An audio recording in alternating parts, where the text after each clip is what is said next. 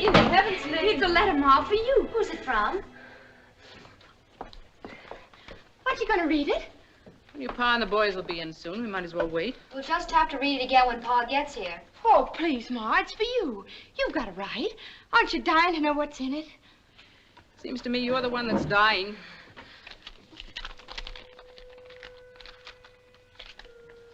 Dragonwyck, May 19th, 1844. My dear cousin Abigail. Nicholas Van Ryn. Who's that? Shh, Tibby. Read the letter, Ma. Though we have never met, we are related, as you doubtless know, through our mutual grandmother, Anna Chigansavant. My wife and I have decided to invite one of your daughters into our home for an extended visit. We shall naturally be able to offer her many advantages which she could not hope to enjoy in her present station. In return, if she pleases, she may serve as a companion to our 8-year-old child, Katrine. Upon inquiry, I have been gratified to find that you and your husband enjoy the honor and respect of your little community. Be so good as to let me know at your earliest convenience which of your daughters you select, and I will make all suitable arrangements for her journey to Dragonwyck. Respectfully yours, Nicholas Van Ryn. Golly. Is he really your cousin? Now, don't go imagining yourselves a couple of lost duchesses. There's not a drop of Van Ryn blood in any of us. It doesn't make any difference to me, I'm sure. But you had the same grandmother. She was... Let me see. My grandfather was her second husband. Her first one died. His name was Van Ryn. Nicholas must be his grandson. He's a patroon. A patroon, Cousin Nicholas? What's a patroon? That's what they call the owners of those enormous land grants on the Hudson River. They're the descendants of the original Dutch patroons. And they're terribly rich and elegant. He must be very important. I remember reading 3 or 4 years ago about his visiting President Van Buren at the White House. But you haven't said yet, Ma, whether I could go. The subject hadn't come up yet that I know of. I think it unlikely that your pa will approve. He's more likely to if you do. And if we do decide to let one of you go, why not Tibby? Me? She wouldn't want to go. Would you, Tibby? I'm sure there isn't anything I want that I can't find right here. I'm not anxious to leave my home. That's not fair. You know I love you and Pa, all of you, and my home. It's just that, well, I try to be like everyone else and want what I'm supposed to want.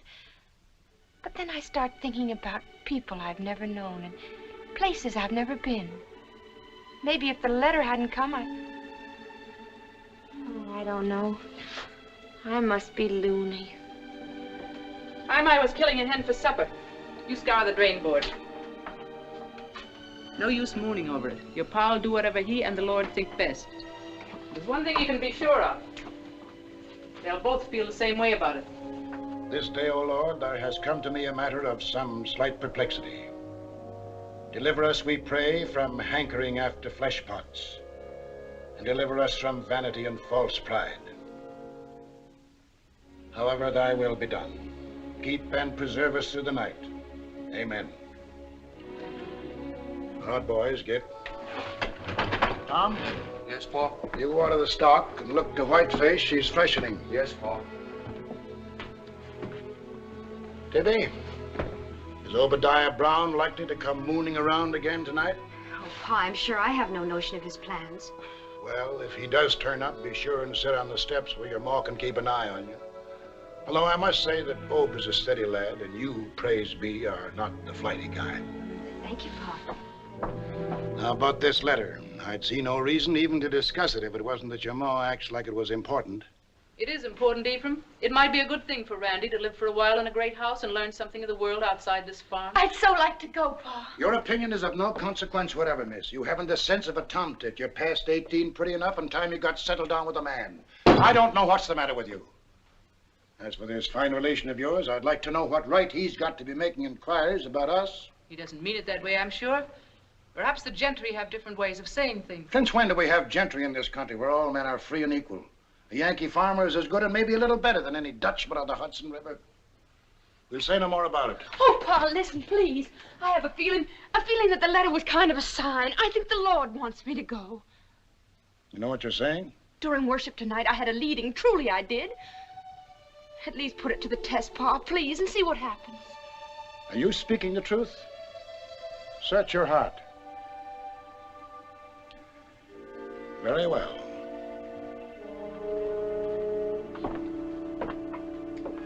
Close your eyes. Now open the book.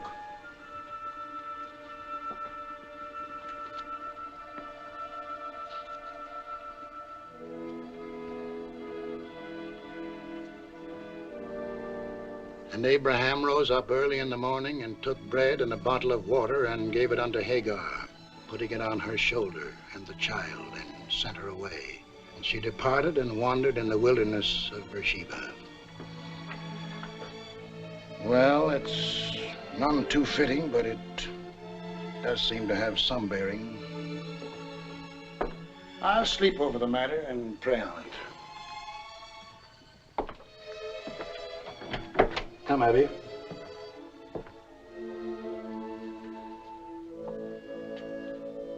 You know, this is the first time I've ever known the Lord to go back on your pa.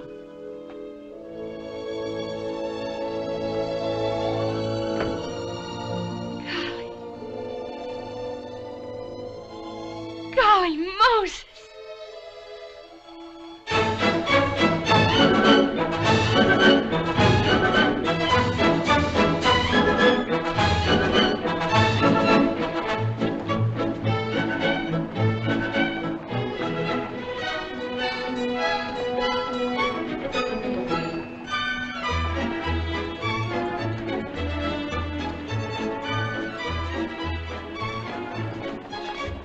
Says in his letter for us to meet him at the Astor House, and this is it.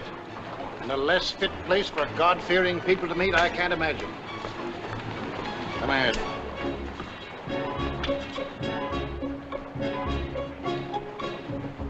And, what can I do for you, my good man? Are you the tavern keeper? This is not a tavern, and I am not a keeper, my good man. And I am not your good man. We were to meet a Mr. Nicholas Van Ryn. Perhaps you can tell Mr. us... Nicholas Van Ryn? But of course. You must be Mr. and Miss Wells. 1,000 pardons. How stupid of me not to have known it once.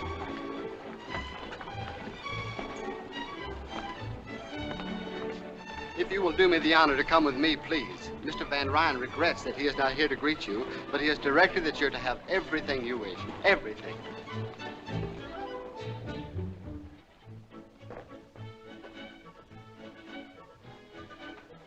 What's all this? Dinner, sir. I didn't order any. Mr. Van Ryn ordered dinner served at this time, sir. Mr. Van Ryn is not here. Yes, sir. Oh, it's beautiful. The food looks as if it had been painted. Wouldn't surprise me a bit. That's the strangest fruit. It's cold when I eat it and warm when I swallow. Let me taste that. I thought so. It's got spirits in it. Just a little bit, and it's so good. Even a little bit of evil cannot be good, Miranda. Don't be too impatient with me. You won't have to hear me preach to you much longer. It's not that I'm impatient, Pa, really. But after Mr. Van Ryn went to all this trouble... It's no trouble to be wasteful, and there's something peculiar about a man who orders supper someplace when he's someplace else. How did he know what I wanted to eat? But there's everything here you could possibly want. Everything is what no man should ever want. Yes, Pa. We won't be alone much longer, Miranda. I want you to read with me.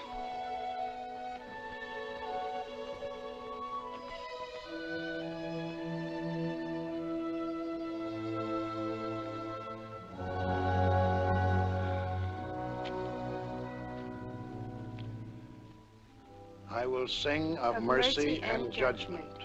Unto thee, O Lord, will I sing. I will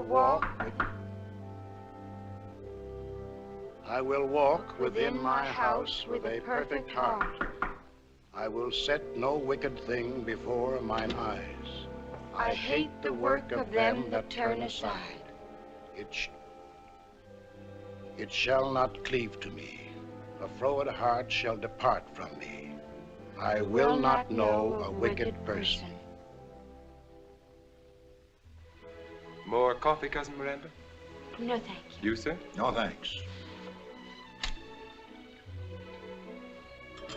The music is very nice. I understand they've opened the dining terrace for public dancing. It would be fun to watch.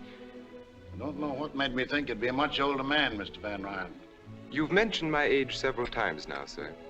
Does it affect your confidence in me? Alexander the Great, when he was younger than I, had conquered most of the world. Maybe if he'd been a little older, he'd have conquered all of it, or maybe he'd have had the good sense not to try in the first place. Aristotle was his teacher, Mr. Wells, but I'm sure he put things less clearly than you. Tell me, young man, what are your politics? My politics? Since Van Buren is a New Yorker, I imagine you folks up along the Hudson are mostly for him. Martin's an old friend and neighbor of mine. Naturally, if he's nominated, my farmers will vote for him. What do you mean, your farmers? The tenant farmers on my land, there are nearly 200 of them. Never heard of tenant farmers. Don't they own their own land? No, it belongs to me. It belonged to my father and his father, back to the first patroon who took title in 1630. I permit the farmers to work my land, and they in return pay me a yearly tribute and a share of their produce. But they can buy the land they've been working if they want to. No, Why not? because it belongs to me. As a farmer, I'd rather own 1/2 acre of barren rock, free and clear, than work the richest land in the world for someone else. I dare say we don't understand each other's viewpoint. I dare say. Cousin Nicholas, is that the new wall stands they're dancing down there? It sounds very much like one. It doesn't look improper at all. Do you dance the waltz? Miranda, Yes, Cousin Miranda, I dance the waltz, but never in a public place. Oh.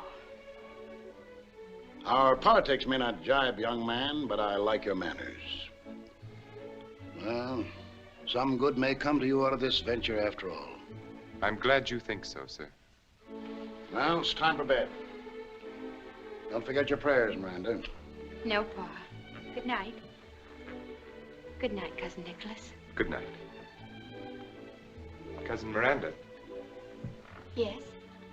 on occasion we dance the waltz at Dragonwyck. Good night.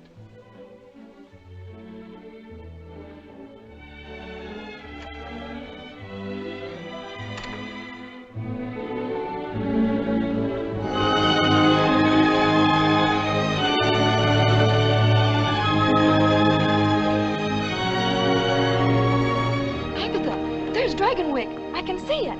Dragonwyck, where? Over there.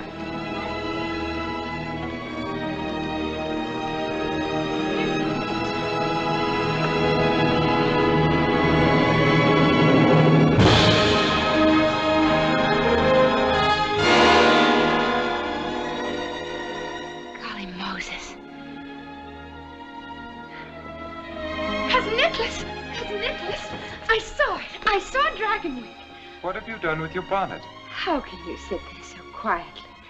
I should think that seeing Dragonwyck would be more thrilling to you than to anyone. Nothing can be thrilling that is shared with so many other people. Did you like what you saw? I'm afraid I've run out of words. I've said beautiful so often this afternoon. Every now and then you say golly. I prefer beautiful. I'll try to remember. Do you mind if I keep my bonnet off just a minute? The breeze feels so wonderful against my face. Tell me about Dragonwyck. How many rooms? I've never counted them. And lots of servants? I've never counted them either. Golly. I mean, imagine. The breeze must feel wonderful indeed with a face as beautiful as yours against it.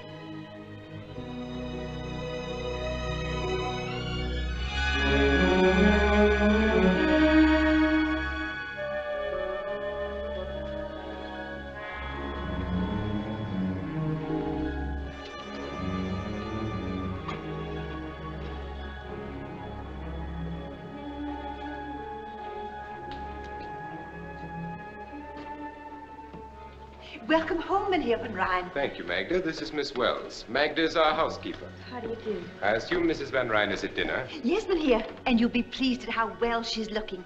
Not that Madam isn't always a picture. See that Katrine comes to the dining hall.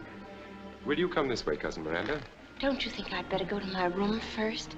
I must look hardly presentable. To my wife, promptness at meals is the highest human virtue.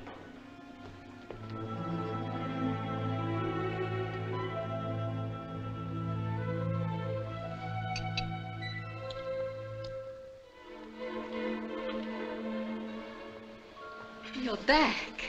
Yes, as you see, I'm back. I didn't know I would have waited. And here is Cousin Miranda. Oh, welcome to Dragonwyck, child. Thank you. Will you sit here, Cousin Miranda? Thank you. Did you have a pleasant trip, Nicholas? Yes, very. Miss Wells has had practically nothing to eat today, Tompkins. I'd suggest you serve her at once. At once, Minia. I trust you'll be happy here. It's most kind of you to let me come. And my mother and father wish to be remembered. I'm sure they're most worthy people, and I'm sure you'll be a good girl. Oh, Nicholas. Yes, my dear? You didn't forget the pastries, did you? Of course not, my dear. Those wonderful New York pastries. Nicholas, Yes. did you bring the Napoleons, the honey puffs, and the mocha bonbons? All of them, my dear. I think I'll have the bonbons before going to bed. Tompkins, serve the honey puffs after dinner, but be sure they're well chilled. Yes, madame. And shall we keep the Napoleons for tomorrow? For my lunch. After dinner, you'd best go find Katrine. You might read her a story. We can hardly ask our guest to occupy herself with the child tonight. She must be tired. As you say.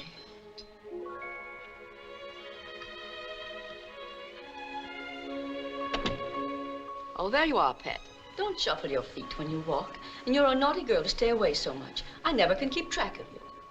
Have you had your dinner? Yes, Mama. This is your cousin Miranda, Katrine. Hello, Katrine. It would be courteous to return her greeting, don't you think? Katrine and I are going to have a lot of fun together. Aren't we? Yes, Cousin Miranda. May I go now, Mama? Oh, I suppose so.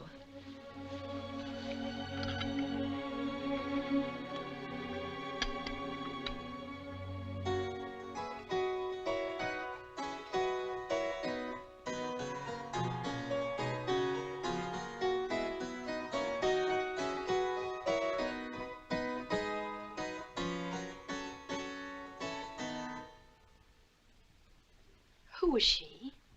She was my great-grandmother, Azild. Azild? That's a strange name. She looks like a frightened child. I don't know why we keep her hanging there. And that ugly old harpsichord is just an eyesore. The servants have to be driven to dust it. You think we're going to bite them? She was from New Orleans. She and my great-grandfather were married there in 1743. I guess I imagine it was one of those sudden romantic adventures. Tell me some more about them, Cousin Nicholas. Azild and your great-grandfather. Did they fall in love at first sight? No Van Ryn does anything at first sight. But she must have been happy to live here. As it turned out, it didn't matter. Soon after their son was born, she died. She brought this harpsichord with her from her home. She played it always. If you listen to the servants, they'll have you believe she still does. Fortunately, we don't listen to servants or to their superstitions. Oh, no, of course not. Isn't it rather late, Nicholas? Perhaps we should I shall stay up for a while, but if you wish to retire, my dear. Yes, I think I will. Well, good night, then. Good night. Good night.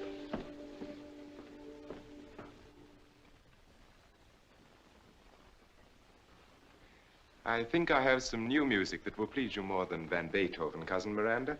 You can sing as I play. Oh, no, really. Of course you can. The lyrics are printed on the sheet.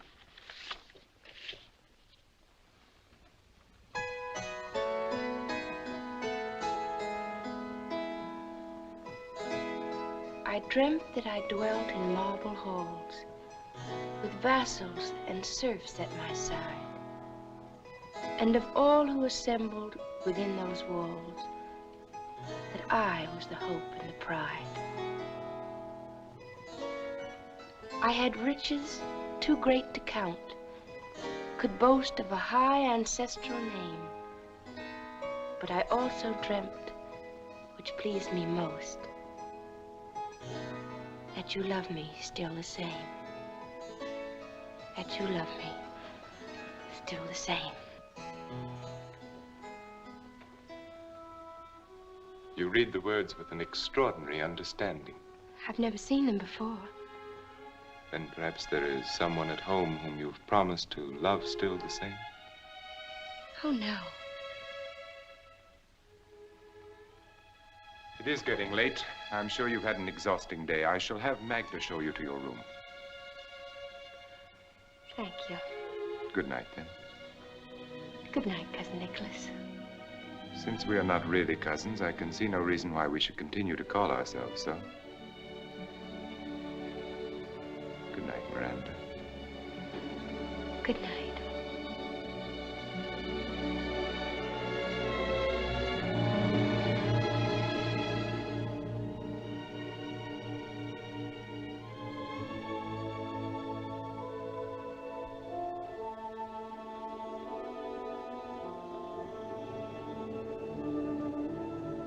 Have you had a pleasant evening, miss? Oh, yes. This is a lovely room, isn't it? Yes, it is. An unusual room. It's unusually beautiful. That isn't what I mean, miss. I do have such a time making myself understood. It's what she brought to this room and what'll never leave it. Was she very young? About as young as you. She must have been very proud to be mistress of Dragonwyck. He never loved her.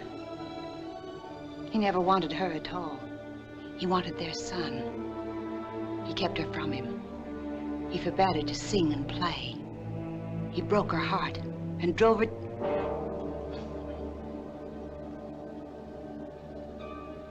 She prayed for disaster to come to the Van Ryns. And she swore that when it came, she'd always be here to sing and play. She killed herself in this room. This harpsichord. That's just kitchen gossip. Oh, you mustn't take me seriously, miss. No one ever does. May I take you to your room now? Thank you.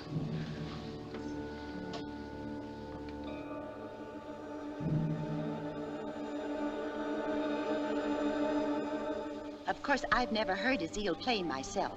They say in the kitchen I never shall. Even when she plays, I should say if she plays. You won't either because you've got no Van Ryn blood.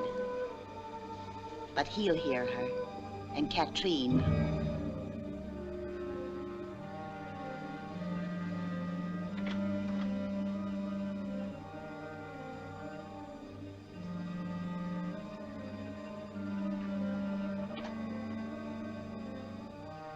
Is this my room? Yes, miss.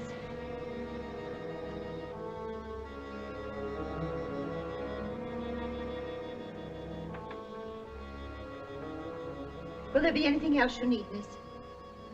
Oh, no. Thank you. Well, good night, then. Good night, Magda. Miss Wells, why have you come here? Do you think Katrine is in need of a companion? Why, that would be for her father and mother to decide. Don't you think Katrine is in need of a father and a mother? That was a silly question, wasn't it?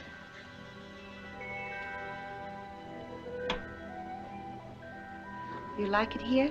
Of course I do. Of course you do. You like being waited on. I could see tonight it was the first time. You like peaches out of season. You like the feel of silk sheets against your young body. And one day you will wish with all your heart you'd never come to Dragonwyck.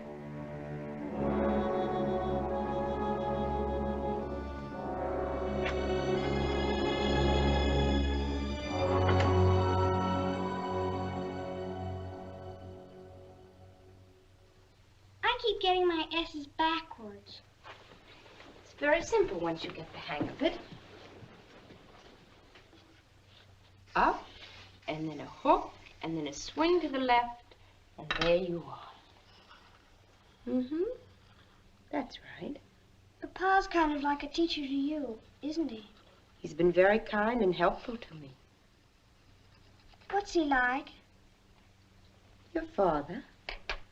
Yes. Is he nice? But of course he is. Don't you think so? Does he like me? Katrine, what a strange thing to say. Your father and mother both love you very much. Did they tell you that? Why, it's understood. They love you just the way you love them. But I don't love them.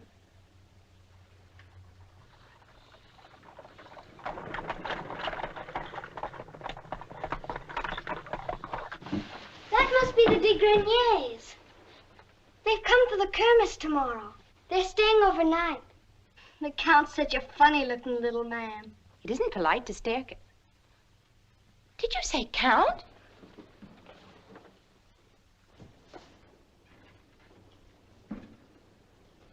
So that's what a Count looks like. So do barons and dukes. Tomorrow the house will be packed with them. Papa always has a 4th of July ball for the river families after the farmers have their Kermesse. Ball. You'll have a wonderful time. And you can wear the ball dress Papa had sent from New York. But I won't know anyone to talk to or to dance with. Oh, everyone will want to dance with you, Miranda. Golly, I hope so.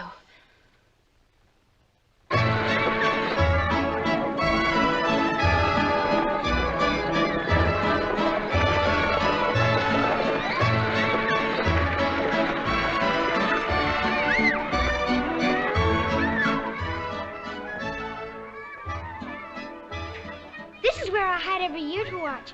Sometimes, after Papa leaves, I go and stand near the carousel. Perhaps you shouldn't have come, Katrine. It's wrong, you know, to disobey. Oh, you're just saying that because you're supposed to.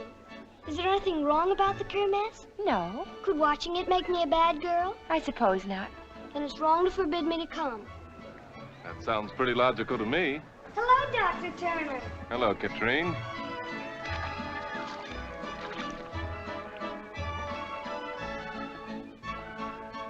Oh, this is Miranda. Wells.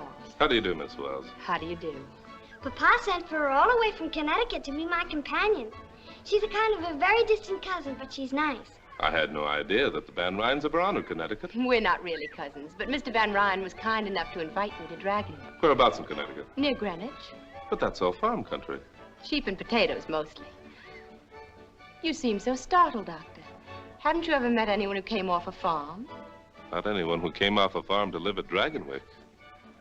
It seems like an odd place for you girls to watch the Kermesse. You'd have much more fun over there. But we're really not supposed to be here. We're hiding so Papa doesn't see us. Katrine had her heart set on it. You know how children are about such things. Why, you wanted to see the Kermesse even more than I did. Don't worry, I'll keep your secret. Papa will never know from me about either of you. May I have the honor of seeing you again, Miss Wells? Why, yes, if you like. I would like, and soon. If you're sure it won't be too unpleasant for you. Unpleasant? Well, you see, the patroon and I don't get along very well. In fact, the first thing I've ever known us to agree on is bringing you here. I think that was a fine idea. Well, happy Independence Day. Bye. Oh, I like him so much. I wish he could be my doctor, too, instead of just the farmers. Why doesn't he like your father? Because Papa doesn't like him either. Why not? Papa never says why not. Oh, here they come!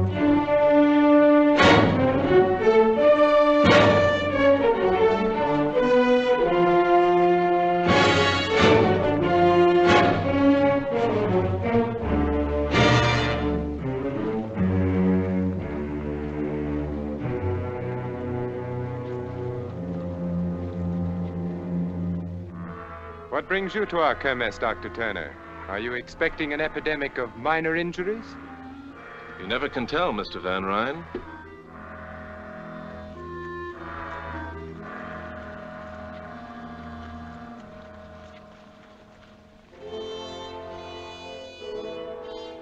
This chair came from Holland with the first patroon. It represents, among other things, over 200 years of extreme discomfort. The patroon is ready. The first man will come forward, bringing with him rent and tribute. Klaas Bleeker, Hill Farm. Rent, winter wheat, and... You've brought nothing with you, Klaas? No. Perhaps your crops were poor. My crops were all right. Take your hat off when you speak to the patroon. I'm a free American citizen. I take my hat off to no man. What you do with your hat is your own concern. Are you ready to pay your rent? No. Nor will you ever again get so much as a grain of wheat from me. It is your purpose, then, to farm my lands and enjoy the privileges I allow you without making any return. Your lands? Did you hear that? His lands! For 200 years, the Bleekers have worked the Hill Farm. And for longer than that, it has belonged to the Van Ryn. We've paid the worth of it many times over, and you know it. Well, here's the finish. I'm sorry to hear it. But since you feel that way, I order you to leave my land by tomorrow noon. If you are not gone, I shall have the proper authorities put you off. Have the next man step forward. Otto Gebhardt. Won't you reconsider your decision, Mr. Van Ryn? Klaas Bleeker and his wife and children have no home other than his farm. Where will he take them? I see you've come empty-handed, Otto. Have you a reason? You know the reason. It's his birthright as a free citizen of a free country. These men are not alone. The anti-rent movement has swept New York State. Man, take your head out of the sand and help to solve this problem peacefully. Because it's got to be solved, peacefully or not. Speak up, Otto. I'll bring the stuff tomorrow, sir, if that will suit. Will the rest of you men step forward, please? I have something to say. Tired of listening and talking and listening!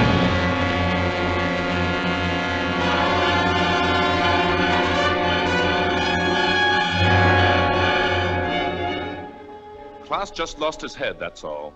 He doesn't mean violence any more than the rest of us. I hope you'll overlook this. I suppose I must regard what you did as an effort to save my life, Dr. Turner. And whether or not I regard you as a meddling trespasser, I suppose I must thank you. You've got the facts wrong. The way I see it, you're the trespasser. Also, saving your life wasn't what I had in mind.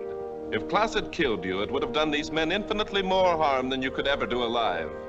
So don't thank me, Mr. Van Ryn. I shall say a few words about what has just happened, and they will be my last. Dr. Turner's efforts to incite anti-rent rebellion in our local district have been well known to me for many months now. Just what is it he wants you to want so passionately?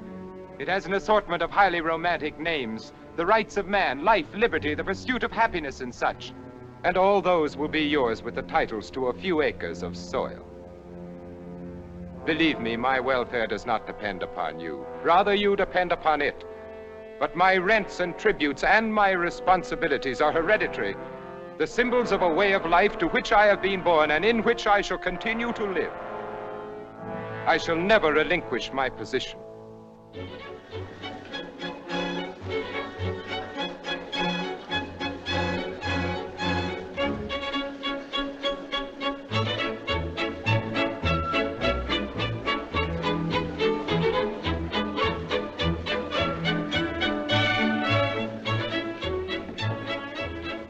I beg your pardon, mademoiselle. But are you not Miss Wells, the companion to little Catherine? Yes, I am. I have not had the honor. Will you permit me to present myself? Henri, racontez-leur le discours de M. Van Ryn ce matin. Le discours? Oui. Lequel discours? Non, pas du tout, pas du tout. Oui, il y a eu un Je n'ai jamais vu un homme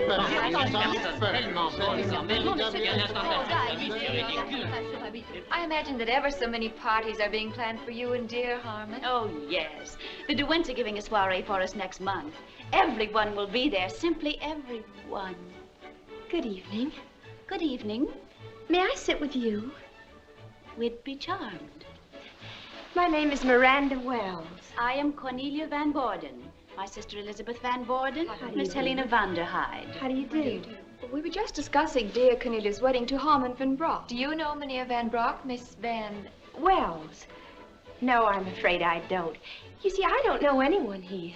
Really? Where are you from? Connecticut. Connecticut? That's in the west, isn't it? Why, no, it's right next to New York State. My sister means that it's across the river. Which river? The Hudson, of course. You see, Miss Van Wells. Just Wells.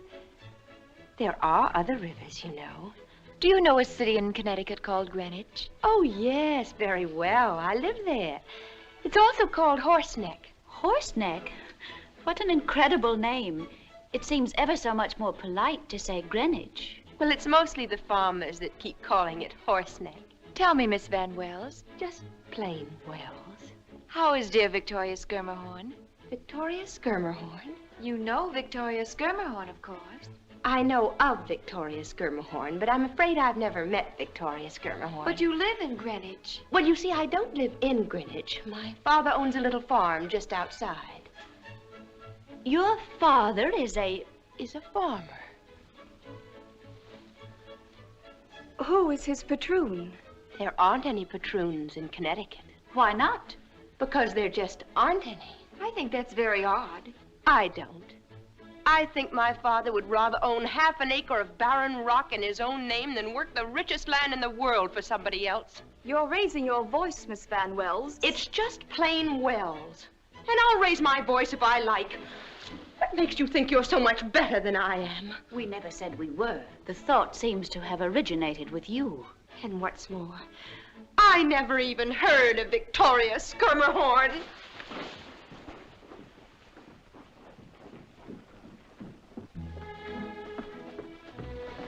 Miss Wells,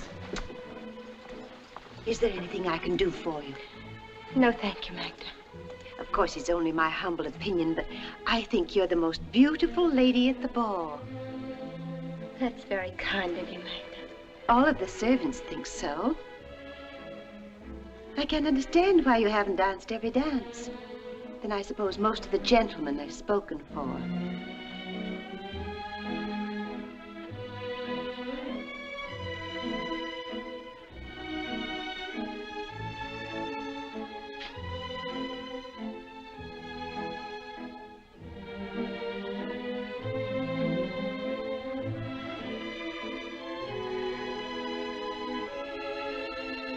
Miranda,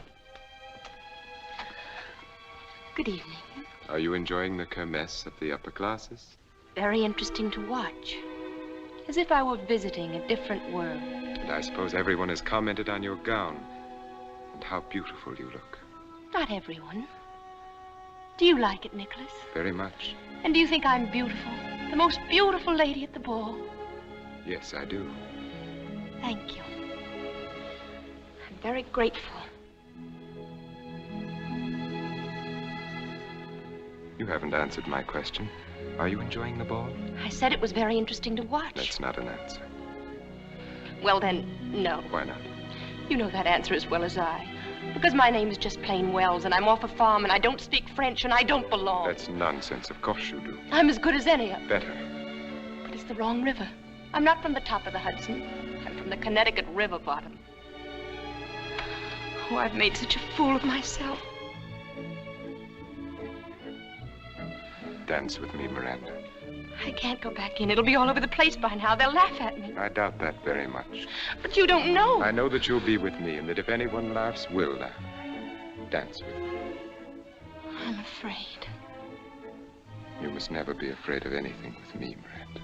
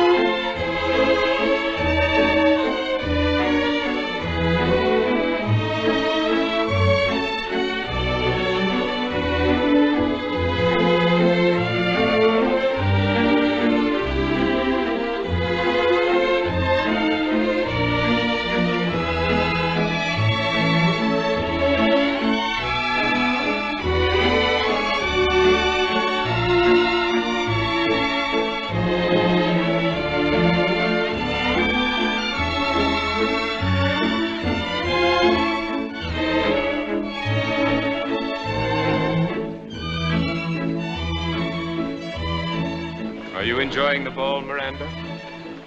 Well, aren't you going to answer my question?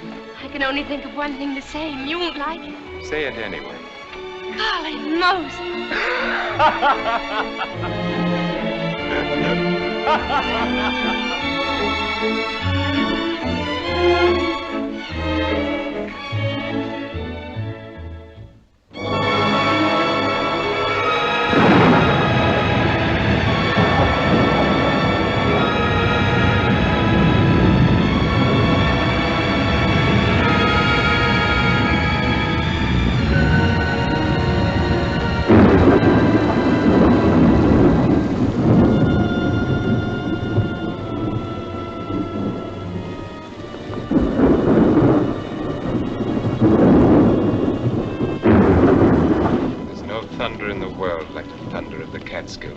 The lightning seems to set the mountains on fire and they roar back.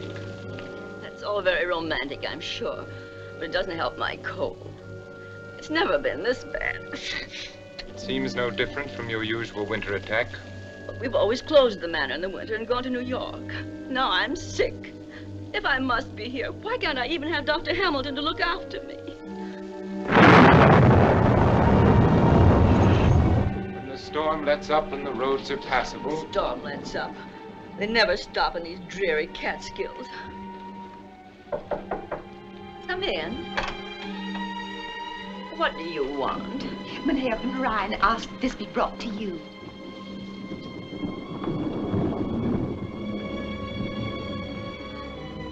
Why, Nicholas, it's your favorite oleander. I thought it would brighten your room and perhaps make your stay in bed less unbearable. Oh, thank you so much. Can't remember when anything has pleased me more. How alive it is. As if it were thinking, as if it had thoughts of its own and desires of its own.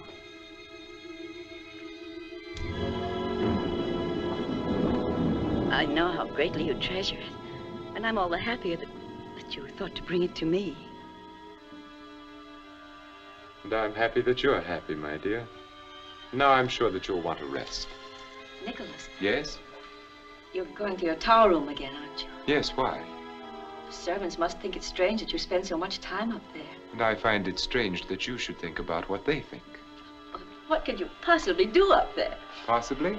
Anything from pinning butterflies to hiding an insane twin brother. Actually, I read. I hope that my explanation satisfies you. I'm sick. Haven't you even let Dr. Hamilton know? Your happiness at the Oleander seems to have faded pretty quickly. You can't imagine what it's like to be sick in this miserable, drab house. I cannot imagine that Dragonwyck could be either miserable or drab except to those who reflect misery or drabness from within themselves.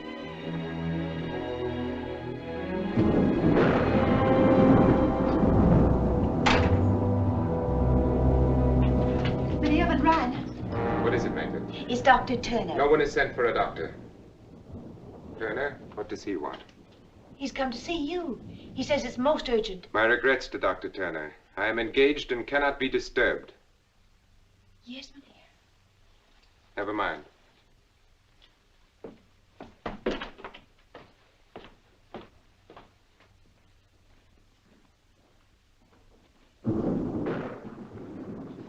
Sorry to intrude like this, Mr. Van Rijn, but it's most important.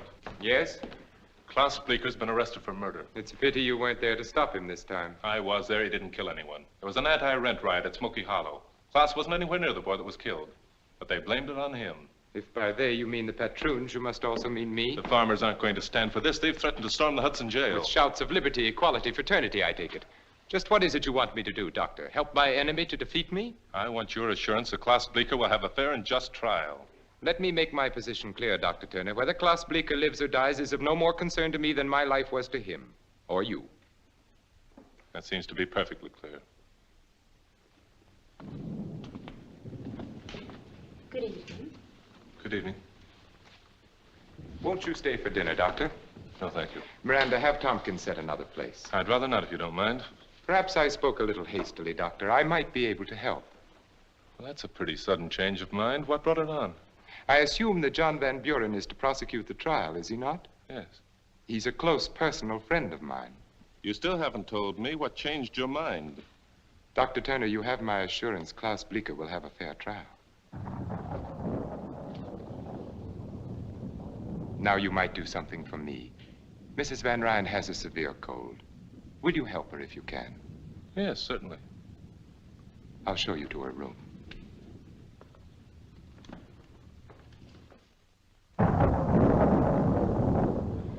Better take a bit of scraped onion and sugar for that cough, and these drops as directed. You'll be fine in a few days. A few days? Dr. Hamilton always kept me in bed for at least 2 weeks. He's probably right, but with most of my patients, it's all I can do to keep them in bed while I examine them. A lighter diet might help. Soup, tea, boiled eggs, less cake. That's nonsense. It's common knowledge that one should stuff a cold. I'll eat all I please. Well, you get well faster without it, but you get well anyway. What a beautiful oleander. I'm relieved to know you find so little cause for alarm, Doctor. It's just a head cold. Do you think you could find your way down alone? If you and Miranda will wait dinner for me, I'll visit a while longer with Mrs. Van Ryn. Yes, of course. Good night.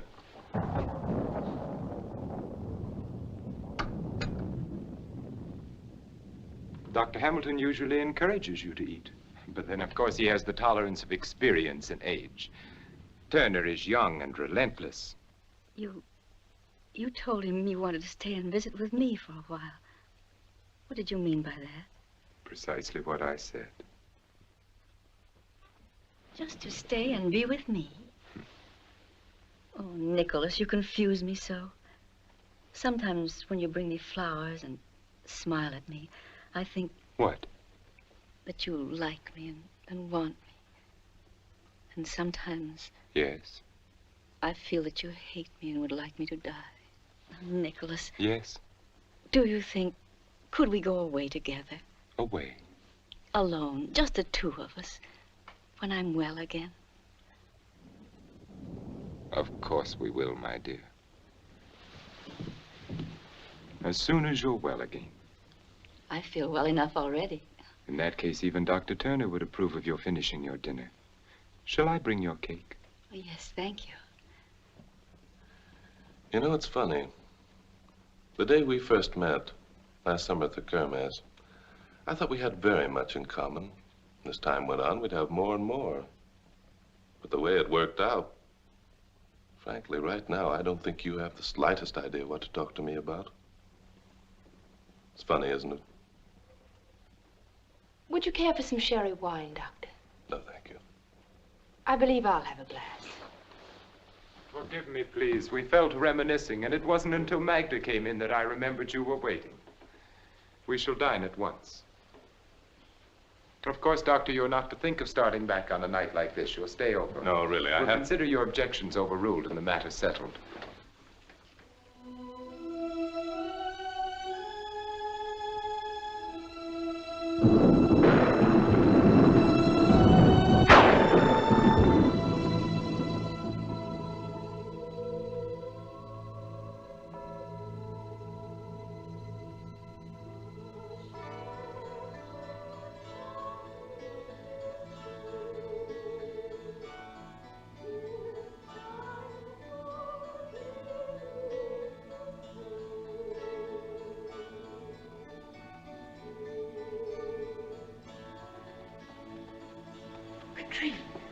Shh.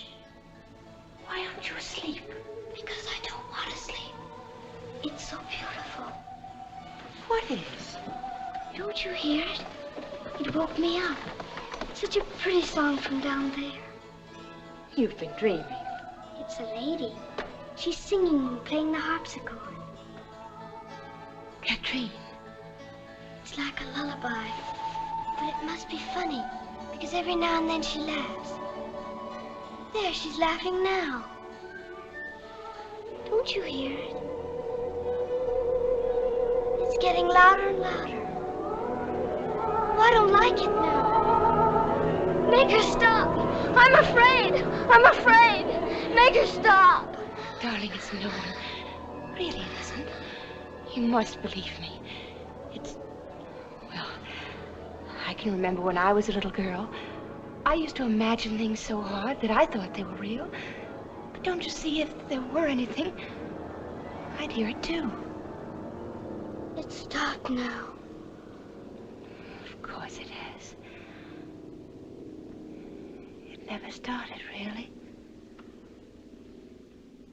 Oh, I'm so tired. What is it? It's Mrs. Van Ryn. She's very sick. Tell me, what happened? About an hour ago, she woke up and started to rage. Oh, pain must have been terrible. Magda, what's the matter? Is Mrs. Van Ryn? Oh, she was moaning so. Did she take any medicine before I gave her? No, You'd better send for Mr. Van Ryn. I have.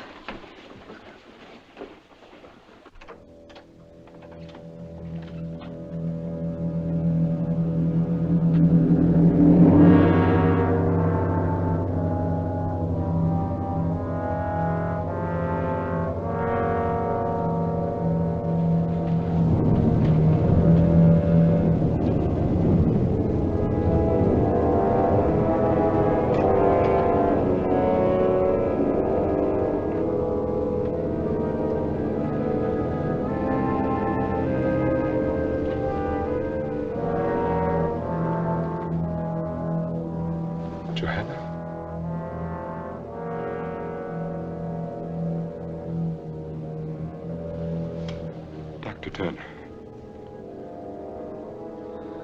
I can't understand it. It doesn't make sense. Are you sure she took nothing but those drops I left? Not while I was with her, sir. And except for Magda, no one was with her but me. I gave her some cake. Acute gastritis. It's possible, but I don't believe it. Is it also possible that she may have been more ill than you imagined when you examined her, Doctor? Yes, that's always a possibility, I'm afraid.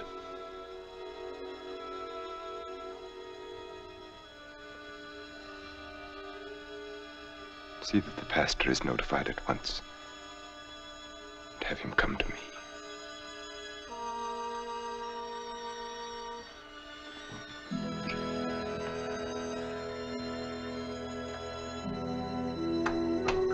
She's smiling.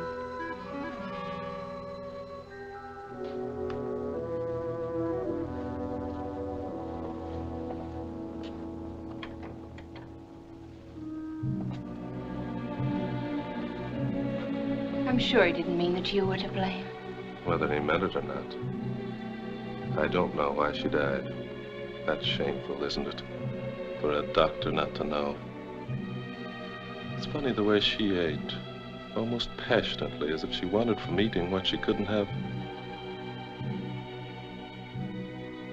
You better get some sleep. Good night. Good night.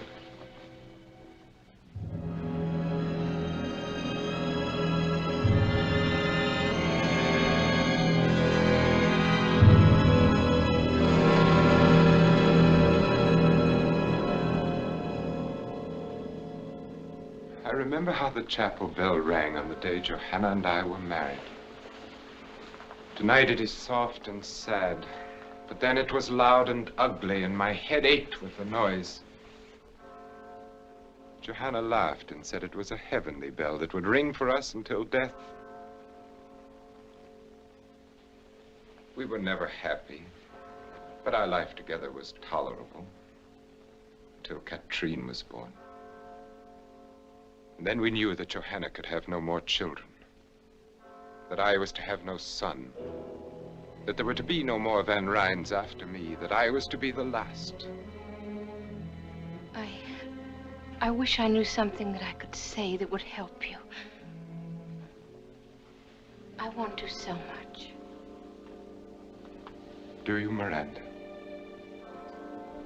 At an unhappy time like this, it must be difficult, I know, to think of anything else. But what has happened was beyond human control, Nicholas. You must have faith. In God, I intend to. I must not feel that my life is finished, and I won't. As long as you are with me.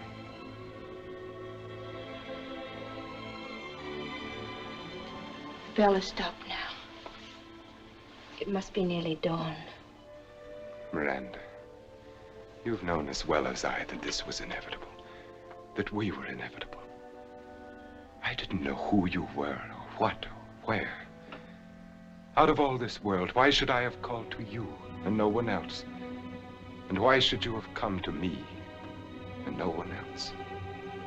It's because you were meant to. You knew it the instant our eyes first met and everything within us met. And you know it now. You have no right to say that, to talk like this. please. You couldn't help yourself any more than I. Am I right? Tell me that I'm wrong. Forgive me then if you can. I had no right to speak as I did, and you have every reason to be angry with me. But I had to say it. There was no way for me not to. And no one but you to hear it. Good night, Miranda.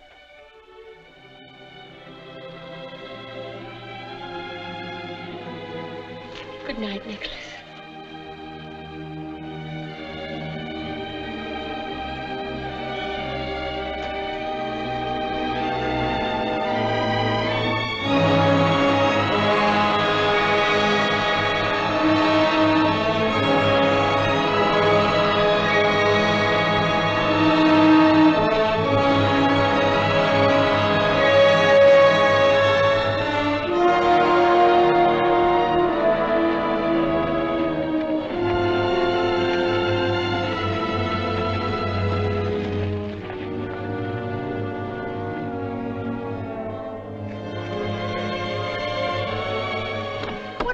I just heard the news that you're going away. Why, Jeff Turner, I never thought you'd go to all this trouble to say goodbye. That's just it. I don't want to say goodbye to you.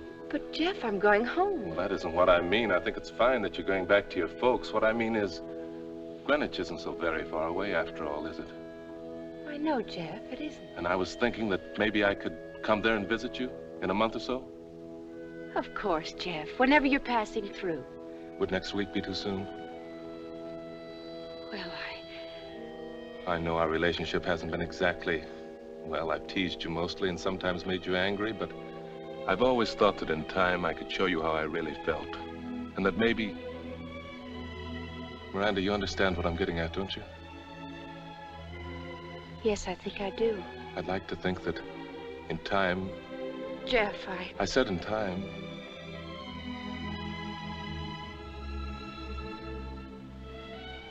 Is it that hopeless? I don't know what to say.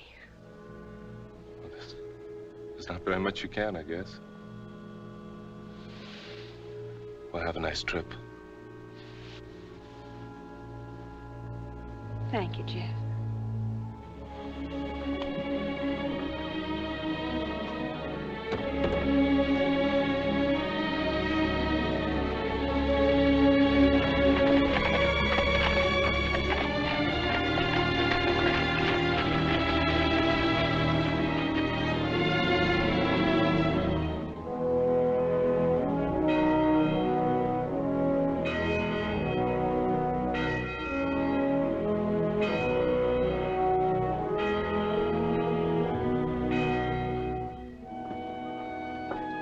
Tom, see that Nat and Seth get to the pump before they come in the house.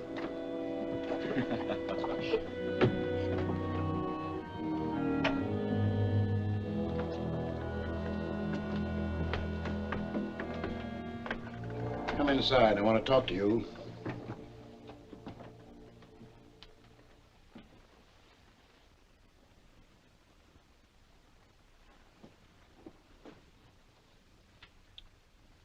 Close that door and come over here and sit down.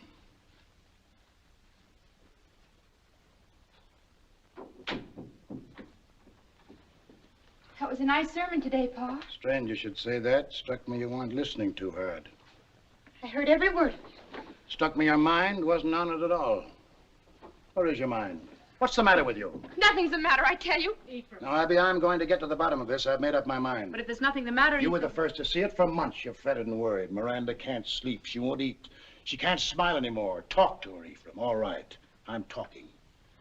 Since the day you drove in here in that fancy rig, you've been no more one of us than if you'd never come home at all. Ephraim, please. You hung your fancy outfits in the closets and you acted like you never took them off. You won't sleep and you won't eat because your home's not fine enough. And you won't be happy because we're not fine enough. That's not true. It's got nothing to do with that. What has it to do with then? Sometimes when a woman's unhappy, she just can't talk about it, Ephraim. Are you going to tell me it's a man? What man, I'd like to know? She's given frostbite to every mother's son in the county. Perhaps the right one hasn't come along yet. Well, she won't find him with her nose stuck in the air, wanting what she can't get. A woman ought to get a man first and then want him. Someone rode in the gate.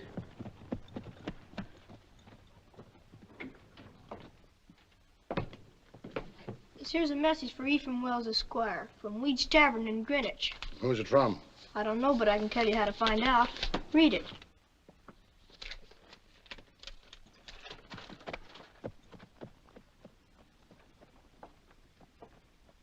I'll be concerned if this don't beat all.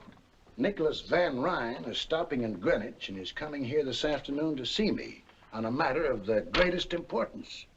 Cousin Nicholas in Greenwich? What in tucket could he want, huh? Miranda?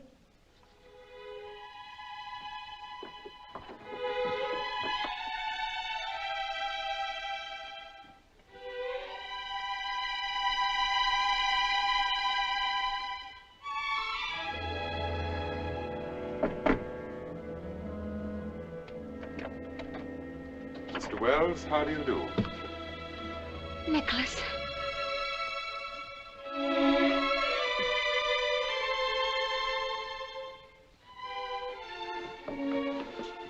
Just what is the meaning of this? May I speak with you alone, Mr. Wells? I consider your behavior exceedingly strange. On the contrary, it couldn't possibly be more conventional. Sure, Mr. Van Ryn certainly handled Pa. That's enough of that. This matter doesn't concern you, not Gifford. What did you think of him, Ma?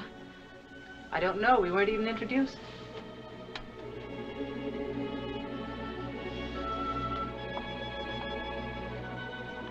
That was just in the excitement of the moment. He's such a perfect gentleman. He'd never be impolite to you. I'm sure he has fine manners. He's come to ask Pa.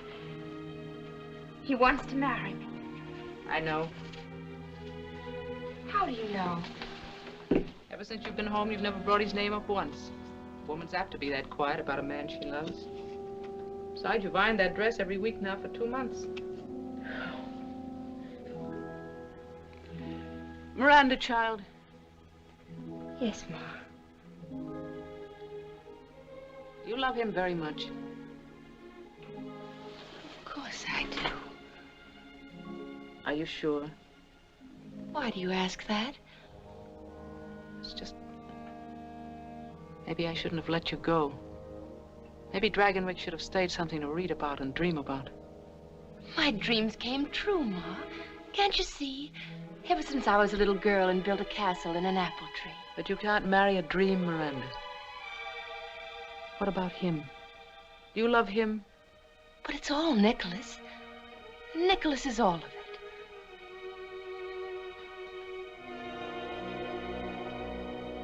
You're acting so strangely. Almost as if you were afraid. Miranda, Abigail, come on in here.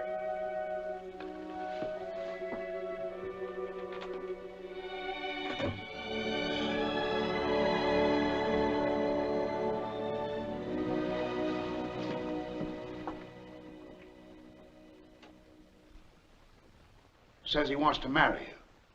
Says you know all about it. Yes, Pa. Have you considered that your mother and I might object? I've already pointed out to your father at some length that there are no valid objections. And I've already pointed out to you, sir, that I'll make up my own mind. What do you think, Abby? I don't think thinking has anything to do with it anymore, Ephraim. It's something that is, and we must make the best of it. I want to apologize for my rudeness when I entered your house. My only excuse is that I saw nothing and wanted to see nothing but Miranda at that moment. I can understand that, Mr. Van Ryn. You're forgiven. Thank you. I think you should know that I have already called at your parsonage and engaged the Reverend Clark to be here tomorrow afternoon at 3 o'clock. Tomorrow? It's indecent. It's too soon. I want my girl married in a church like a good Christian. I'll have no hole-and-corner wedding here. She has nothing ready, no wedding gown. For once, we will let the ceremony outshine the costume. Whatever dress Miranda wears will be forever cherished as her wedding gown. Got a lot of pretty words. Too many for me. Miranda, you got plenty at stake here. You'd better say something. I'll do whatever Nicholas thinks best. So be it. Amen, Mr. Wells. And now I must return to Greenwich. Miranda, will you walk with me to my carriage? Until tomorrow, then. Goodbye.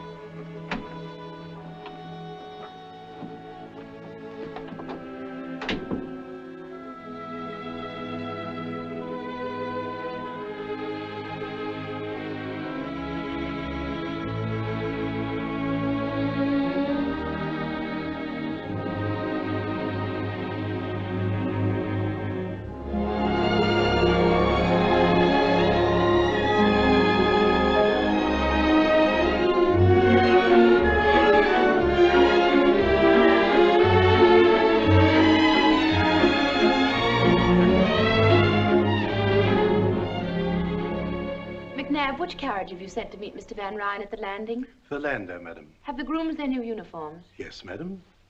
Here are the menus for the week. Thank you, madam. And Mrs. McNabb, I've just written Miss Katrine that we found her doll. Please be sure that it's packed carefully. I wouldn't want anything to happen to it. Certainly, madam.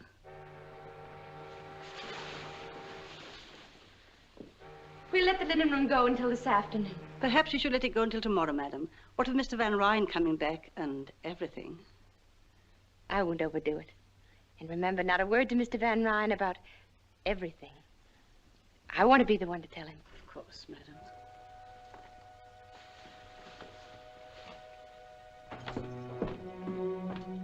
Welcome back, son. How did you find New York? Unbearable, thank you, Mrs. McNabb. Nicholas. How lovely you are. I'd almost forgotten how lovely you are. I'm not when you're not with me. I'm not anything. 3 long weeks. Have you missed me? Have you been well? I missed you terribly. And everything has been just fine.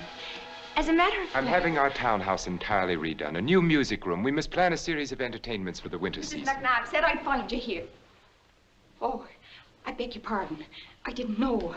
That's all right, Peggy. This is Mr. Van Ryn. Was it anything important? Well, it was just a reminder that you ate none of your breakfast this morning. And all of your favorite dishes, too. We won't talk about food if you don't mind.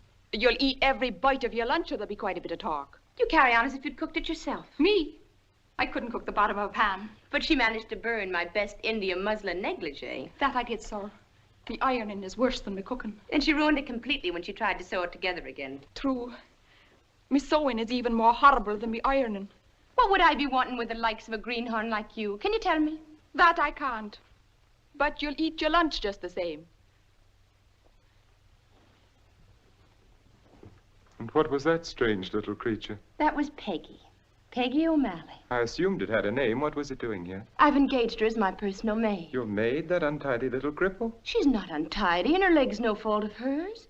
She's had a miserable life.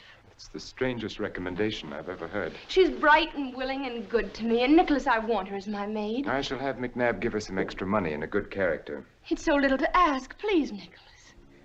Deformed bodies depress me. Perhaps I can divert your attention with this. I brought it for you from Mr. Tiffany's new shop. How dare you say that? How dare I? You speak as if her crippled leg were a weakness on her part rather than merely God's will. We'll agree then it is God's will. Now perhaps we can discuss your plans for the Kermesse ball. Are they progressing nicely? Madame Duclos swore to me that your gown will be finished and delivered to you in time. She needn't overwork herself. It's very likely I won't need it at all. What do you mean? The Van Bordens sent their regrets yesterday. Their regrets? A previous engagement or some illness in the family. I forget what excuse they used. I see. That makes the 8th refusal in 4 days. It's only because of me. Because you married me. Miranda. You are Mrs. Nicholas Van Ryn. You will be with me wherever I am always. Luncheon is served. Thank you, McNabb. Nicholas. Yes? Sometimes I think that we... That we what? I think about that night. The night she died.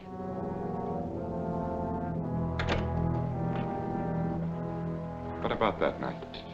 It was so soon after Perhaps we should have waited to decide. In the hope that our gossip-mongering neighbors would be more approving. I don't care whether they know, Nicholas. It's just that we do, and so does God. I've never heard you speak so childishly, Miranda. You might well be on your father's knee. Do you believe there is a God who spends eternity snooping on human behavior and punishing all violators of the pastor's latest sermon? That's not what I mean at all. What do you mean? Well, I believe that God has put a sense of right and wrong within all of us. And that when we do wrong, no matter if no one else knows, we do. And you've remembered that ever since your Sunday school days, haven't you?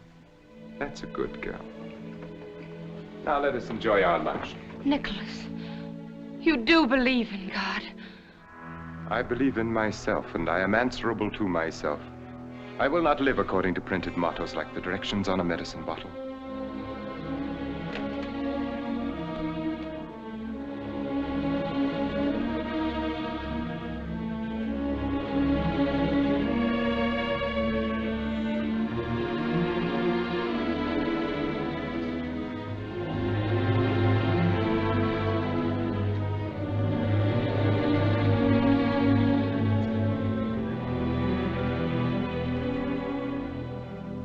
Would you like me to say grace?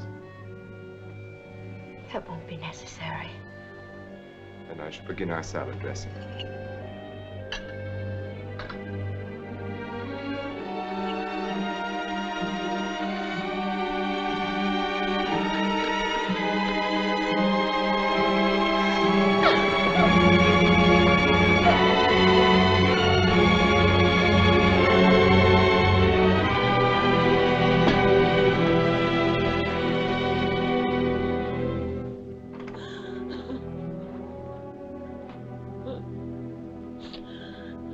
What possible excuse can you have for humiliating me like that?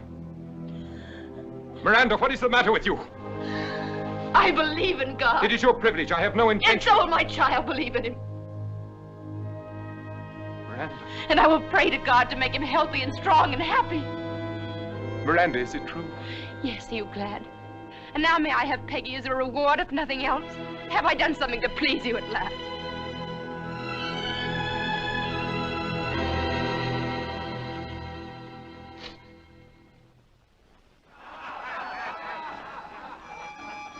Listen to them.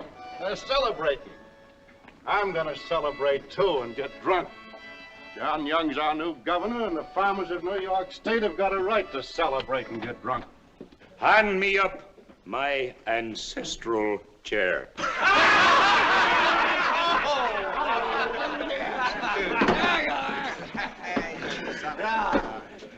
Take off your heads in the presence of the poltroon.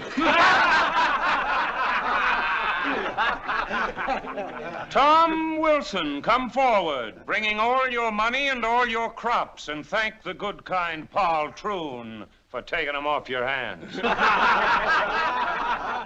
I don't have to know more. John Young's the governor, and the Constitution's been changed. I can buy my farm. It's the law. That's right.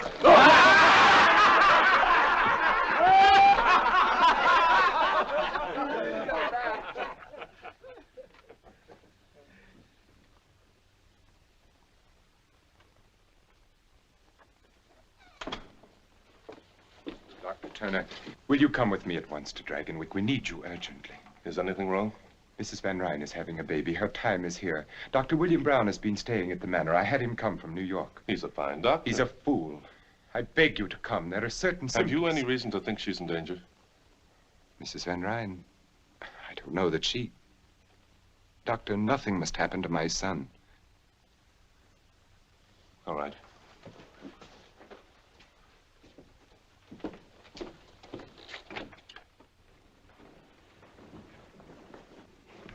She's been took back, and they won't let me near her. Please, let me go to her.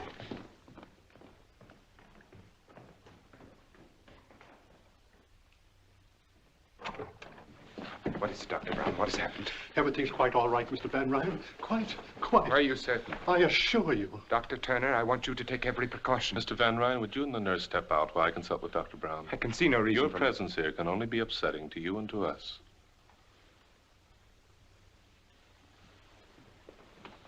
Dr. Turner, thank heaven you've come. I can't assume this responsibility alone any longer. The man's a maniac. I think he'd kill me if anything went wrong. Nonsense. My dear fellow, you just don't know. When I tried to resign from the case and return to New York, he had me locked in my room. He watches me all the time through those icy eyes of his. Sometimes I think he's mesmerizing me. Have you been giving her laudanum? Yes. As far as he is concerned, everything's quite normal. There is an irregularity in the child's heartbeat.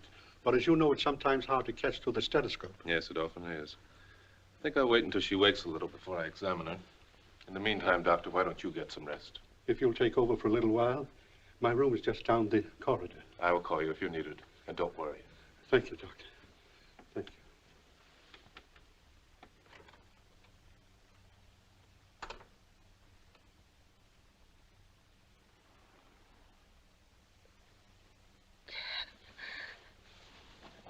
Hello there. I don't know whether to believe this or not. You can believe it. Are you going to take care of me now? Yes. I'm going to take care of you now. That's good. It'll be all right now. I'm not afraid anymore. Don't be afraid. Call Dr. Brown. Jeff, help me. I'll always help you.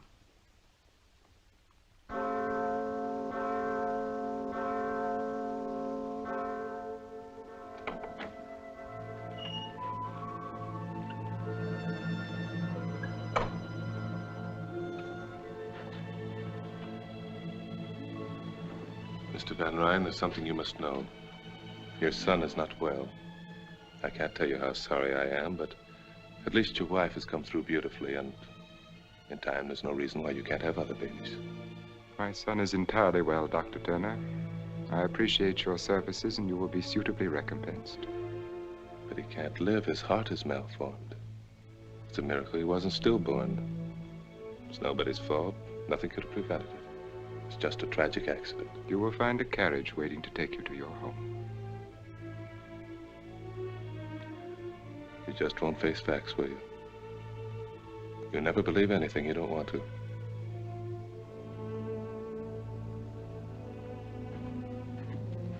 And there is no reason for you to see Mrs. Van Ryn again. Good day, Doc.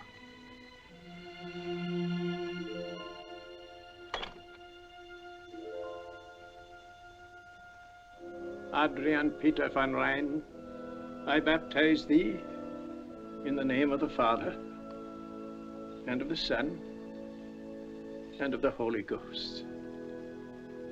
Amen. We yield thee hearty thanks, most merciful Father, that it hath pleased thee to regenerate this infant for thy Holy Spirit, to receive him for thine own child by adoption, and to incorporate him into thy holy church. Amen. Please accept my most sincere congratulations, Mynheer van Ryn. Thank you, Dominic. You understand, of course, that this house ceremony was only at the insistence of Mrs. Van Ryn. In a month or two, my son will be properly baptized in the Dragonwyck Church. Of course. No, Nicholas. We can thank God that he was baptized just in time.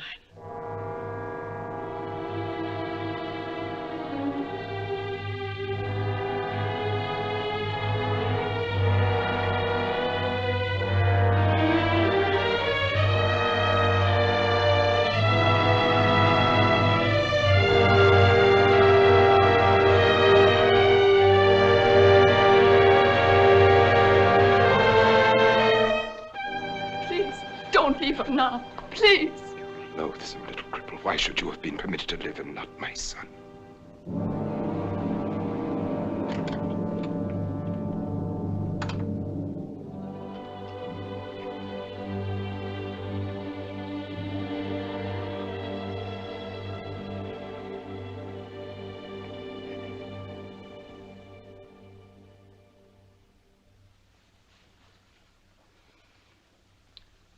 Should I light some candles?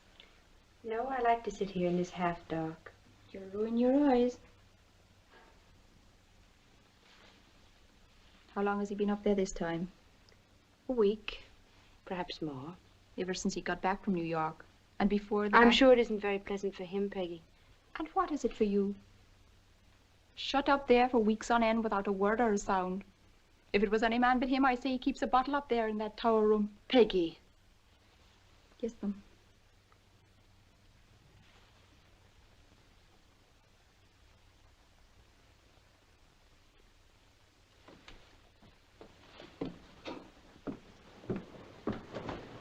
I'm going, would you? Don't be silly. I'll not let you go up there alone. That's enough of that. Please don't. I'm afraid.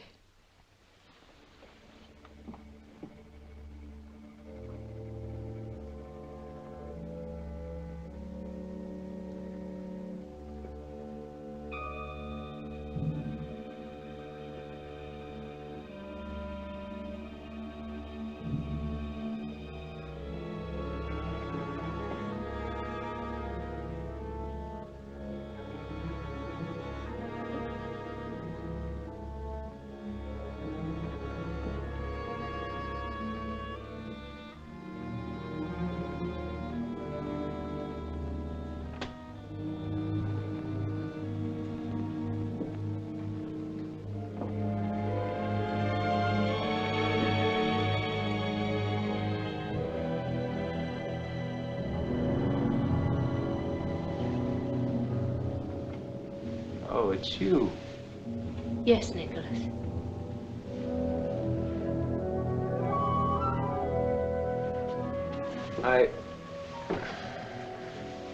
This is an unlooked-for pleasure. I wasn't expecting you. Frankly, I'd almost succeeded in forgetting you. Don't be frightened. I'm not frightened. I'm sure you're not. You have courage, Miranda. I like that about you. It must have taken a great deal to make this pilgrimage up to the mysterious tower room. I assume your twisted little friend is offering up suitable prayers for your safe return. I see no reason why they should be necessary. Tell me, are you disappointed in what you found here? I'm sure you expected velvet drapes and heathen idols, an altar for human sacrifice, at least. Nicholas, what do you do here? What do I do?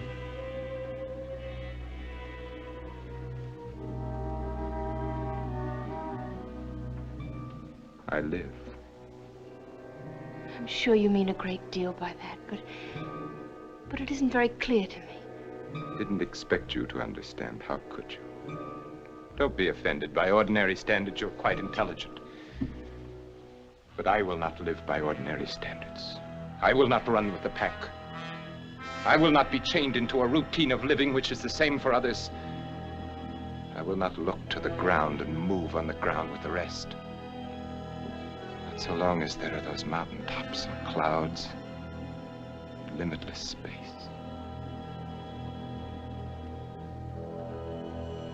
I'm sure you are still unable to understand. I want to try if you'll help me. Shall I? Shall I tell you what you want to know? Brace yourself. Prepare to have your God-fearing, farm-bred, prayer-fattened morality shaken to its core. See, I have become what is vulgarly known as a drug addict. Why? No tearful reproaches, no attempts to save me, to regenerate me. Why do you find it necessary? That is what you could not hope to comprehend. It is because I have set free something within me. Something that ever since I can remember has been like a rock caught in my heart, in my brain, pushing at me, choking.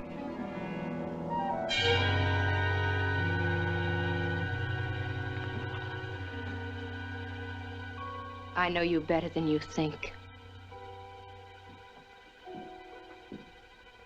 Perhaps I have underestimated your intelligence. No, it's pretty ordinary and farm-bred. I couldn't follow everything you said, but I think it's pretty simple. You're just plain running away. Is it as simple as that? I've seen farmers with their crops ruined and their cattle dead, and most of them just go to work. But some of them blame their troubles on God and get drunk. forget, to run away and hide. That's what you're doing, Nicholas.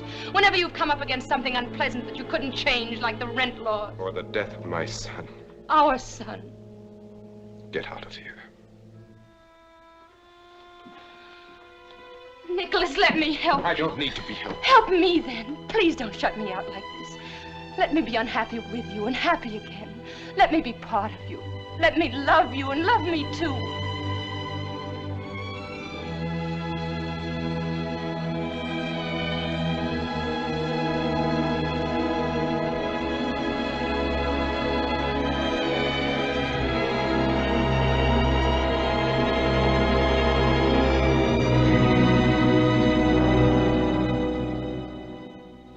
Story, Peggy, but I'm afraid you'll have to tell Mrs. Van Ryn there isn't much I can do for her husband. Tell her.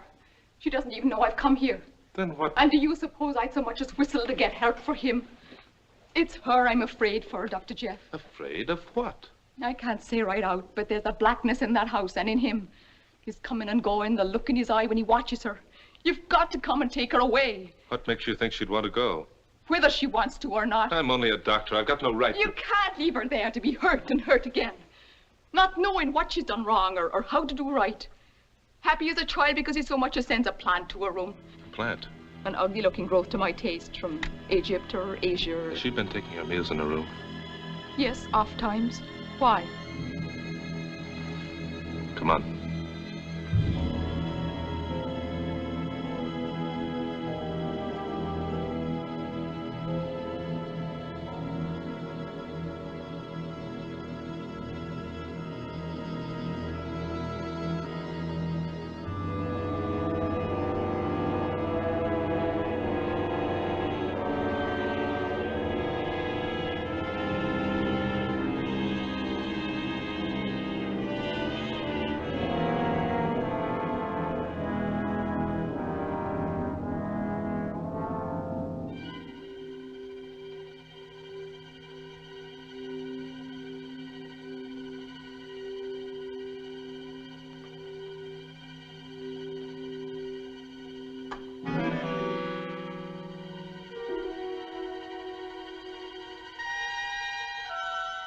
Please don't stop on my account. Your father wouldn't have. I remember how he continued to read so doggedly. Ephraim Wells took his religion without flinching the way a strong man should. Nicholas, what do you want? I appreciate the warmth of your greeting, the quick happiness in your face at my appearance, your pleasure at my company. Why have you come here? Inasmuch as this is my house, must I explain my presence in it? Of course not. Forgive me, I'm so tired. I'm sure you are. This has been a trying time for you. And yet, strangely enough, your tribulations seem to have become you.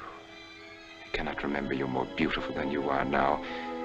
And your beauty amazes me as much now as always.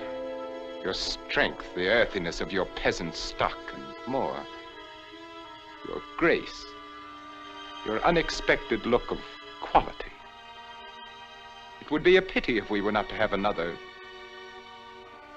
If you were barren. That's a matter of the Lord's will. Yes, the Lord. I'd forgotten. The Lord who giveth life and also takes it away. Why did he take my son's life? I have no way of knowing that. It could not have been without purpose. No one gives life, takes it without purpose. Why do you suppose you are here, Miranda? By the Lord's will or by mine? What you are is the reflection of what I wanted you to be. You live the life that I gave you. Now you do look frightened. What are you thinking? Johanna. Why? I don't know.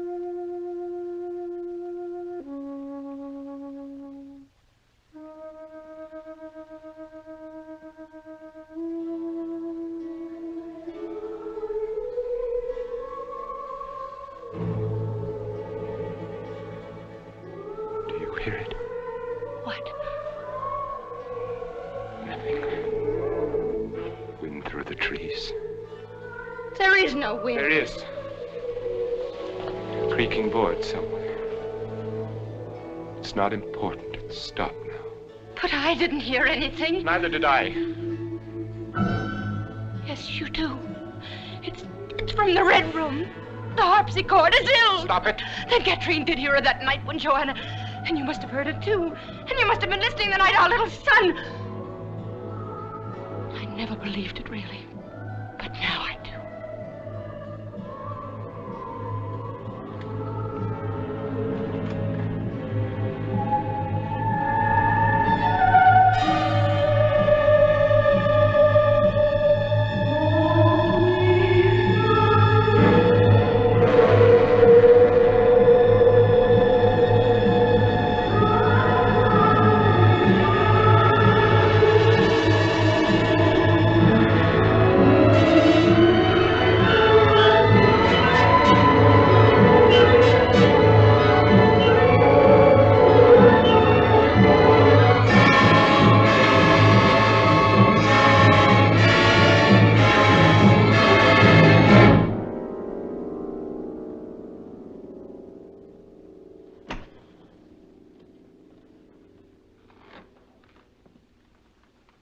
I just happened to be passing by, and I thought I'd drop in.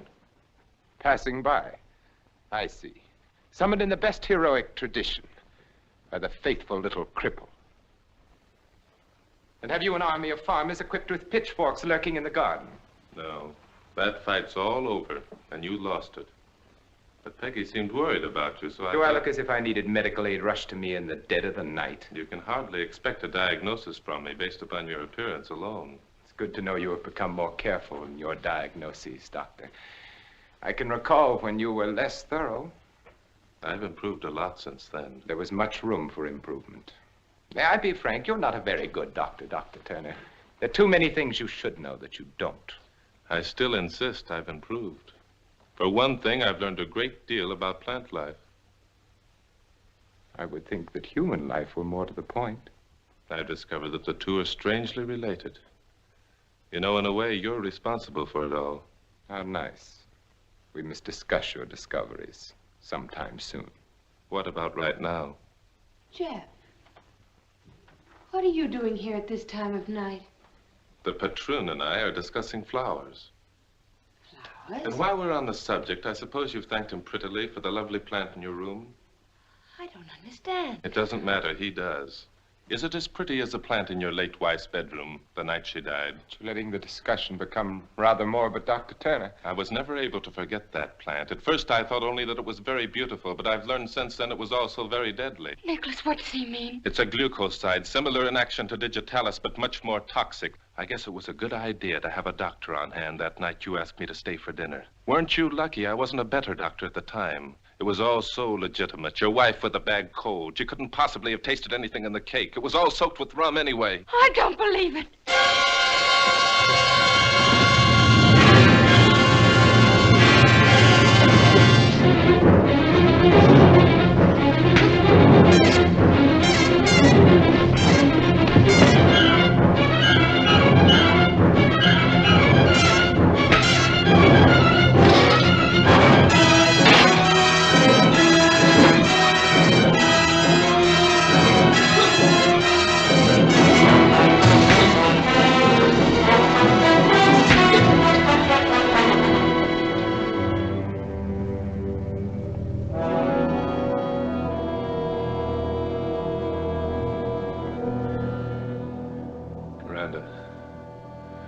You better come with us.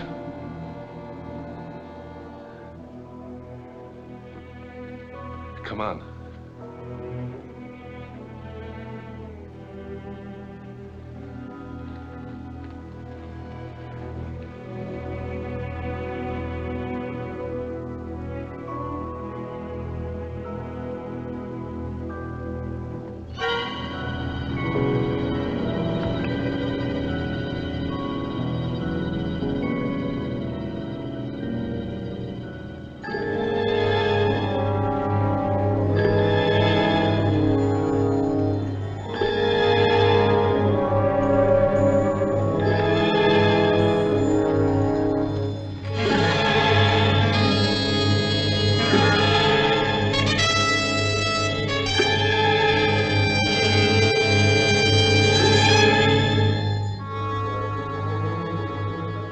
Tom Wilson, Jeb Ribbling, Gebhardt, Brown, Berger.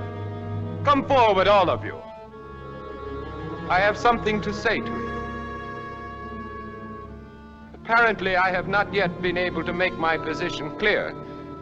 I will try once more. Believe me, my patience has come to an end. Lives, liberties, happinesses.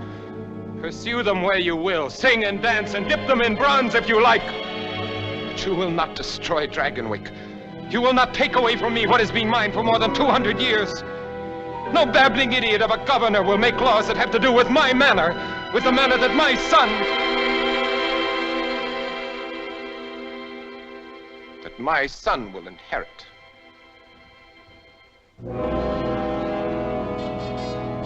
Oh, it's Dr. Tierney. What are you doing here? You are not wanted. You're trespassing. I don't want you here. I don't need you anymore. There was a time when you knew too little and I could use you, but now...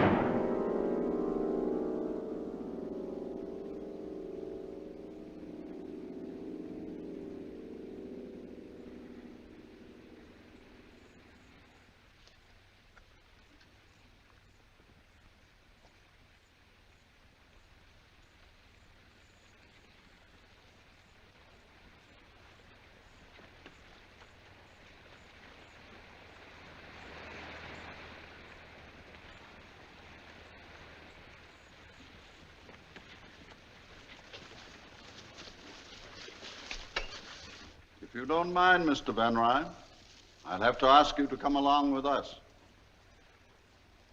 Mayor Curtis, isn't it? Yes, sir. I do mind very much. I have no intention of going anywhere with anyone. This is not a request, Van Ryn. You're being ordered to come along. You're under arrest. I will not be ordered to do anything by anyone. This is my property, and you will all leave it at once. Nicholas, please, this is your only chance. My only chance? How little you know me, Miranda. Even Johanna would never have said that. Dr. Turner, you might use your influence to benefit these men for once and tell them to get out of here. How little you know me, Mr. Van Ryn, or them. You don't believe I'd shoot? Yes, I believe you. Have it your way, then.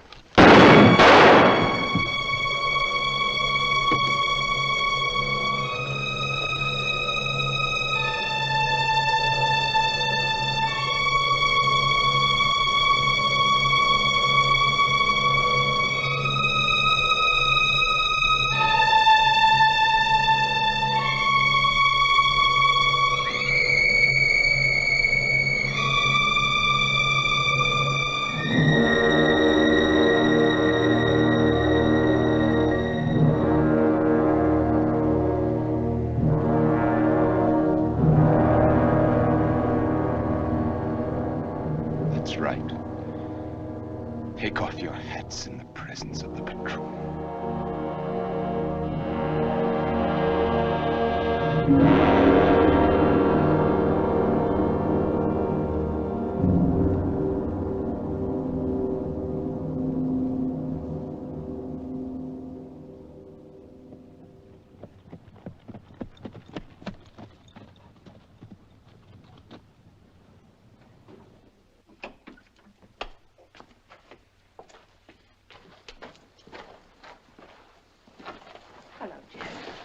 I thought if you didn't mind, I'd ride alongside to the boat landing.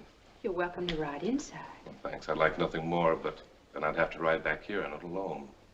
You understand? Of course I do. Goodbye, Mrs. McNabb. And thank you for everything. It'll be lonely here without you, Mrs. Van Ryn. Mrs. Van Ryn. Suddenly it sounded strange to hear you call it that.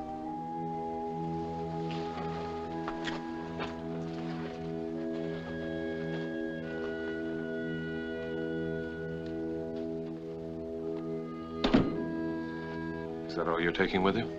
It's all I brought with me from home, except a black dress. The way you just said home, as if you never had any other. Have I ever? You answer that. You know, Ma once said she felt she shouldn't have let me come to Dragonwyck. That she was afraid. You couldn't marry a dream, she said. Do you dream much, Jeff? Sometimes. Some dreams are very real, I guess. So real that they get confused with reality. And then when you wake up and look around, you find yourself saying, what am I doing here? How did I get here? What is this to do with what I am and what I want? Then I guess you make up your mind you've had a nightmare. And you go crawling to your Ma and Pa. So it's back to Greenwich now, Miranda. With never another thought of anything here. Well, Greenwich isn't so far away after all. Perhaps you'll be passing through sometime, Jeff.